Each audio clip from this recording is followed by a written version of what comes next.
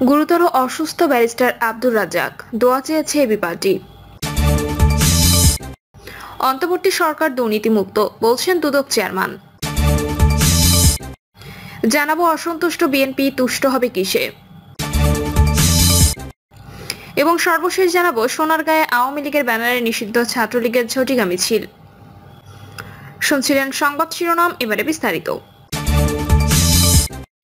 গুরুতর অসুস্থ ব্যারিস্টার আব্দুর রাজ্জাক, দোয়া চেয়েছে এবি পার্টি।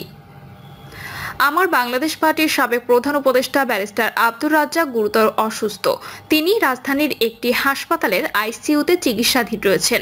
তার সুস্থতা কামনা করে দেশবাসীর কাছে দোয়া চেয়েছেন এবি পার্টির চেয়ারম্যান মুজিবুর রহমান মঞ্জু ও সাধারণ সম্পাদক ব্যারিস্টার আসাদুজ্জামান ফুয়াদ। গণমাধ্যমে পাঠানো এক বার্তায় তারা বলেন, ব্যারিস্টার আব্দুর রাজ্জাক বাংলাদেশের আইন জগতের এক অনন্য ব্যক্তিত্ব। দেশে আইনের শাসন ও ন্যায় বিচার প্রতিষ্ঠায় তিনি দীর্ঘ সংগ্রাম করেছেন। বিশেষ করে আওয়ামী লীগের ফ্যাসিবাদী শাসনামলে যেসব বিচারিক হত্যাকাণ্ড ঘটানো হয়েছে সেটার বিরুদ্ধে তিনি ছিলেন সবসময় সোচ্চার। ফ্যাসিবাদের রোষানলে পড়ে দীর্ঘ এক যুগ তাকে প্রবাসী জীবন কাটাতে হয়েছে। সেই সময় তিনি দুরারোগ্য ক্যান্সারে আক্রান্ত হন। নেতৃবৃন্দ বলেন, বাংলাদেশের নতুন রাজনৈতিক উদ্যোগ হিসেবে আমার বাংলাদেশ পার্টি প্রতিষ্ঠায় ব্যারিস্টার আব্দুর রাজ্জাকের অবদান অবিস্মরণীয়। তারা ব্যারিস্টার আব্দুর রাজ্জাকের আশু সুস্থতা ও দীর্ঘায়ু কামনা করেন এবং দেশবাসীর কাছে দোয়ার আবেদন জানান। অন্তর্বর্তী সরকার দুর্নীতিমুক্ত বলছেন দুদক চেয়ারম্যান। অধ্যাপক ডক্টর মোহাম্মদ ইউনূসের নেতৃত্বাধীন অন্তর্বর্তী সরকার দুর্নীতিমুক্ত বলে মন্তব্য করেছেন দুর্নীতি দমন কমিশনের চেয়ারম্যান আব্দুল মোমেন। দুদক চেয়ারম্যান বলেন, শতভাগ লোক বলে দুর্নীতি চাই না, তাহলে দুর্নীতি কিভাবে হয়? দুদকেরও বদনাম ও দুর্নীতি রয়েছে, আপনারা সেটি ধরে দেবেন, আমরা ব্যবস্থা নেব। এছাড়া দুর্নীতিমুক্ত দেশ গড়তে আমরা আপনাদের সহযোগিতা চাই বলে জানান তিনি। আব্দুল মোমেন বলেন, অনেক কর্মকর্তা সৎ ভালো কিন্তু কাজ করেন না, এটিও কাম্য নয়। এছাড়া আগে প্রধানমন্ত্রীর কার্যালয়ে ঘুষ দিতে হতো, বর্তমান সরকার দুর্নীতিমুক্ত সরকার। তিনি বলেন, প্রাতিষ্ঠানিক দুর্নীতি প্রতিরোধে কর্মকর্তাদের আরও আন্তরিক হতে হবে, সেবা গ্রহীতাদের চাহিদার বিষয়টি অগ্রাধিকার দিতে হবে। অসন্তুষ্ট বিএনপি তুষ্ট হবে কিসে? একেবারে সন্তুষ্ট নয় বিএনপি। প্রধান উপদেষ্টার সঙ্গে ম্যারাথন মিটিং এর পর তাদের অনুভূতিটা এভাবে স্পষ্ট করলো গণমাধ্যমের সামনে। কেন এমন কঠিন মন্তব্য? আবার প্রধান উপদেষ্টার পক্ষ থেকে যে বক্তব্য গণমাধ্যমে প্রকাশ করা হলো তার সঙ্গে বিএনপির মন্তব্য মিলে না। তাদের কথা বিএনপিকে আলোচনাকালে সন্তুষ্টই মনে হয়েছে, তার মানে বৈঠক থেকে বের হয়ে তারা অসন্তুষ্ট হয়ে গেছে। যে মন্তব্য দেখে মনে হতে পারে সরকার ও বিএনপির মধ্যে গরমিল তৈরি হতে কয়েক মিনিট সময় নিয়েছে মাত্র। বৈঠকটা হয়েছিল বিএনপির কিছু প্রস্তাব ও দাবি বিষয়ে সরকারের সঙ্গে আলোচনার জন্য। উদ্দেশ্য ছিল সন্তোষজনক কোনো ফল নিয়ে তারা হয়তো ঘরে ফিরতে পারবেন, আর এই আশা পূরণ হলে বাংলাদেশের রাজনৈতিক আবহাওয়া অনেক স্বস্তিদায়ক হতে পারত। বাস্তবতা হচ্ছে, সরকারি ভাষ্য যেমনই হোক না কেন, বিএনপির এই অসন্তুষ্টি বাংলাদেশের রাজনৈতিক আবহাওয়াকে আশঙ্কাজনক করে দিচ্ছে। গত বছর যারা ঐক্যবদ্ধ আন্দোলন করে সফল হয়েছিল তারা কিন্তু অভিন্ন উদ্দেশ্যকে সামনে নিয়ে রক্ত ঘাম ঝরিয়েছিল। গণতান্ত্রিক পরিবেশ সুনিশ্চিত হবে, জনগণ মৌলিক অধিকার ভোগ করতে পারবে, সমৃদ্ধ একটা বাংলাদেশ বিনির্মাণ সম্ভব হবে, এমনটাই ছিল প্রত্যাশা। কোটা বিরোধী আন্দোলন এক দফায় পরিণত হবে কিংবা সরকার গঠন হবে নতুন করে। সরকার কি কি কাজ করবে এমন কোনো পূর্বাভাস তাদের ছিল না। পরিস্থিতির কারণে একসময় আন্দোলনকারীরা কিছু দিক নির্দেশনা দিয়েছিল। আসলে গত বছর এই আন্দোলনের মোড় বদলের আগে হয়তো তারাও ভাবতে পারেনি এমন সাফল্য তারা অর্জন করতে পারবে। এমন কথা আন্দোলনের নেতৃবৃন্দ অনেকেই ইতোমধ্যে দিয়েছেন। সত্য হচ্ছে, অভাবিত এই বিজয় সম্ভব হয়েছিল বিএনপির প্রায় সব রাজনৈতিক দল ও ছাত্র জনতার ঐক্যবদ্ধ হওয়ার কারণে। সেই ঐক্যে এখন ফাটল ধরছে কেন?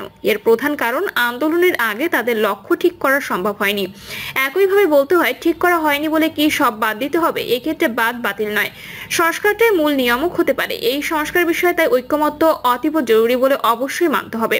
সেটা যে হচ্ছে না তারই প্রমাণ প্রধান উপদেষ্টার সঙ্গে বিএনপির শীর্ষ নেতাদের বৈঠকের পরবর্তী নেতাদের বক্তব্য। প্রধান উপদেষ্টার সঙ্গে বৈঠকের অন্যতম বিষয় ছিল সংসদ নির্বাচনের সময় নির্ধারণ।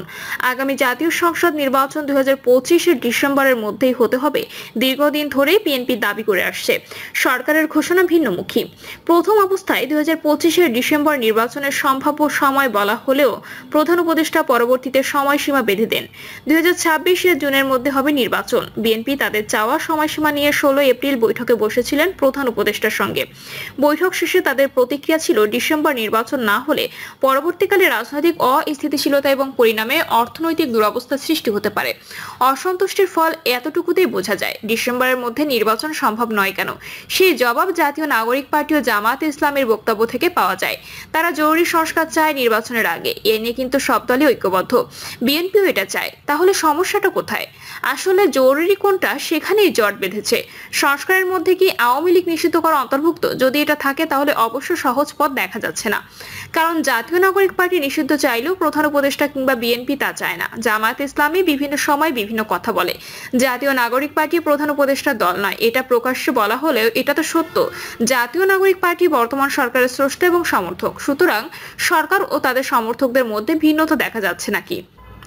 প্রধান উপদেষ্টার সঙ্গে বিএনপি বৈঠক করলে আওয়ামী লীগ নেতাদের বিচার প্রক্রিয়া নিয়েও অসন্তোষ প্রকাশ করেছে। যদিও সরকারের পক্ষ থেকে বলা হচ্ছে বিচার দ্রুত করার বিষয়ে তারা পদক্ষেপ নিচ্ছে, কিন্তু যথাযথ আইনি প্রক্রিয়া মেনে বিচার করতে গেলে কি ডিসেম্বরের মধ্যে বিচার শেষ করা যাবে? বাংলাদেশের আইনি ব্যবস্থা তেমনটা বলে না যে এত অল্প সময়ে বিচার সম্পন্ন করা যাবে। তাহলে বিএনপি ডিসেম্বরের মধ্যে নির্বাচন দাবি পূরণ করা সরকারের পক্ষে সম্ভব হবে না। অন্যদিকে সংবিধান বিষয়ে দুটি পক্ষ সম্পূর্ণ বিপরীত মেরুতে অবস্থান করছে। সেই প্রমাণ পাওয়া গেলে 18 এপ্রিল বিএনপি ও জাতীয় ঐক্যমত্য কমিশনের বৈঠকের পর আগের দিন তারা প্রধান উপদেষ্টার সঙ্গে বৈঠকের পর যেভাবে হতাশা প্রকাশ করেছে, জাতীয় ঐক্যমত্য কমিশনের সঙ্গে বৈঠকের পরও একই মনোভাব প্রকাশ করেছে।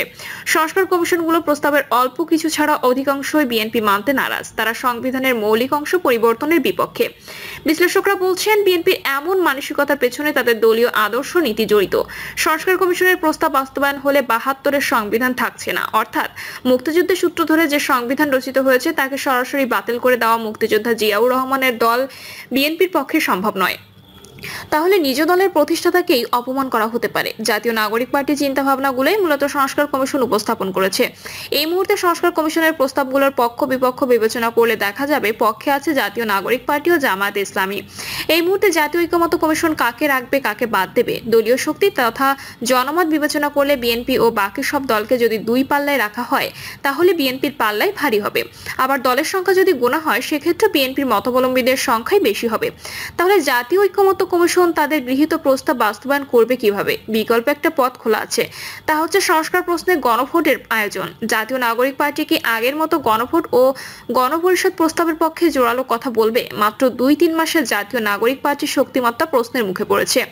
ইতিমধ্যে কিছু গণমাধ্যমে তাদের ক্ষয়িঞ্জু দল হিসেবে বর্ণনা করতে শুরু করেছে, যাকে কেউ কেউ শৈশবে নিরাশা হিসেবে মন্তব্য করেছে। এই অবস্থায় তাদের প্রস্তাবিত সংস্কারের পক্ষে যদি তারা মাঠে নামে আর বিএনপি একা যদি বিপক্ষে অবস্থান নেয় তাহলে ফলটা কি হবে বোঝা কঠিন নয়। পরবর্তীতে পরিস্থিতিতে নাম কাস্তে ভোটার নিয়ে নির্বাচন করার অবস্থা নেই। রাজনীতির মাঠে কারোর নিরঙ্কুশ আধিপত্য না থাকলেও বিএনপি এগিয়ে, এটা যে কেউ স্বীকার করবে। এই বিএনপি যদি গণভোটে না এর পক্ষে যায় তাহলে জিতবে কে? বোধ করি এর জবাব খুলে বলার প্রয়োজন নেই। পরিস্থিতি বোঝার ক্ষমতা সবারই আছে, আর সে কারণেই কি একটি পক্ষ নির্বাচনকে পিছিয়ে নেওয়ার দাবি তুলেছে? সব মিলে জরুরি সংস্কার কোনটা সেটুকু নির্ধারণ করা আদৌ সম্ভব হবে কিনা সন্দেহ আছে। আর সেই সূত্রে বলা যায় আগামী জানুয়ারি-জুনের মধ্যে নির্বাচন অনুষ্ঠান সম্ভব নাও হতে পারে। নির্বাচনকে ঝুলিয়ে রাখার কৌশল গ্রহণ করছে কেউ কেউ, এমন অভিযোগ রাজনৈতিক মাঠ থেকেই ভেসে আসছে। বিশ্লেষকদের ক্ষেত্রে জাতীয় নাগরিক পার্টি নেতাদের বক্তব্যকে সামনে আনছেন। এটা কি শুধু সংস্কার বিষয়ে সীমাবদ্ধ থাকবে নাকি রাজনৈতিক পরিস্থিতিও জড়িত হবে? ইতোমধ্যে আগামী সম্পর্কে কিছু ইঙ্গিত পাওয়া গেছে, যার একটি হচ্ছে প্রধান উপদেষ্টার সঙ্গে বৈঠকের পর বিএনপির বক্তব্য অনুযায়ী রাজনৈতিক অস্থিরতা তৈরি হবে। অন্যদিকে সম্প্রতি নাহিদ ইসলাম যে সাবধান বাণী দিয়েছেন সেটিও আমলে নেওয়ার মতো, যাকে অনেক রাজনীতি বিশ্লেষকই হুমকি হিসেবে গণ্য করেছেন। সামগ্রিক দিক বিবেচনা করে তাই বলতে হবে কেউ যেন শক্তি প্রয়োগের রাজনীতি ধারণা করে, অর্থনৈতিক দুরবস্থা যেন আর না বাড়ে, দেশটা এগিয়ে যাক, জাতীয় ঐক্যমত্য কমিশন যেন কারো হয়ে না কাজ করে, স্থিতিশীল দেশে যেন তারাও ভূমিকা রাখে, সেটাই এই মুহূর্তে প্রত্যাশা। প্রিয় দর্শক, এই ছিল এখনকার সর্বশেষ সংবাদ। আপডেট সব সংবাদ পেতে চ্যানেলটি সাবস্ক্রাইব করে বেল আইকনটি ক্লিক করে রাখুন।